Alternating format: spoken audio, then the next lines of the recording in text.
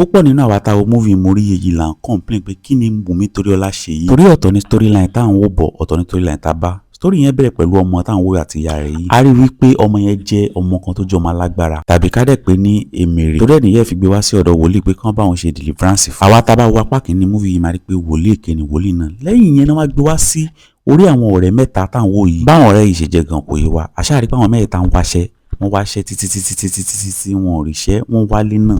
Ilé tán rí wọn rí líle pé gbogbo wọn wá ń gbé papọ̀. Wọ́n tún jọ dá business sílẹ̀ kó tún lọ ó tún fún wọn dé ẹ̀wọ̀n. Ká tó wí ká tó fọ̀ la rí pé wọ́n bẹ̀rẹ̀ sí ní ṣe con artist yẹn tá mọ̀ sí pé wọ́n ń parọ́ gbowó, wọ́n ṣe bí wèrè. Ìyẹn náà dẹ̀ là wọ́n rọ́nà. Àmọ́ tó mú business wá fún wọn ti fẹ́ máa gbàjú percent lọ. Èyí ló wá fa ìjà tá a mọ̀ nǹkan tó máa ṣẹlẹ̀ part 2.